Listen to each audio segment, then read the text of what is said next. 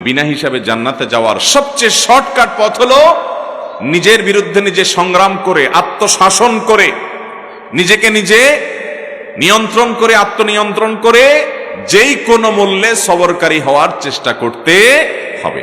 যারা ধৈর্য ধারণ করতে পারবে, সবর করতে পারবে, যারা হটমেজাজি হবে না, যারা হুটহাট করে কিছু করবে না, আল্লাহ রাব্বুল আলামিন তাদের বিনিময় গুনে গুনে দিবেন না, হিসেব করে করে দিবেন না, হিসেব ছাড়া দিবেন, বিনা হিসাবে দিবেন আল্লাহ তাআলা।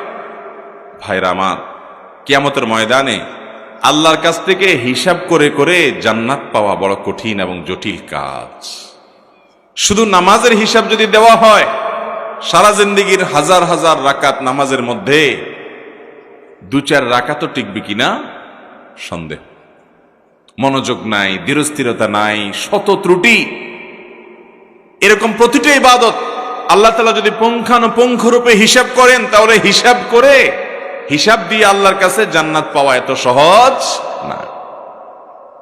তাহলে বিনা হিসাবে জান্নাতে যাওয়ার সবচেয়ে শর্টকাট পথ হলো নিজের বিরুদ্ধে নিজে সংগ্রাম করে, আত্মশাসন করে, নিজেকে নিজে নিয়ন্ত্রণ করে, আত্মনিয়ন্ত্রণ করে যেই কোনো মূল্যে সবরকারী হওয়ার চেষ্টা করতে হবে। চেষ্টা করব না ইনশাআল্লাহ? আল্লাহ তাআলা আমাদের সবাইকে সবরকারী হওয়ার তৌফিক দান করুন।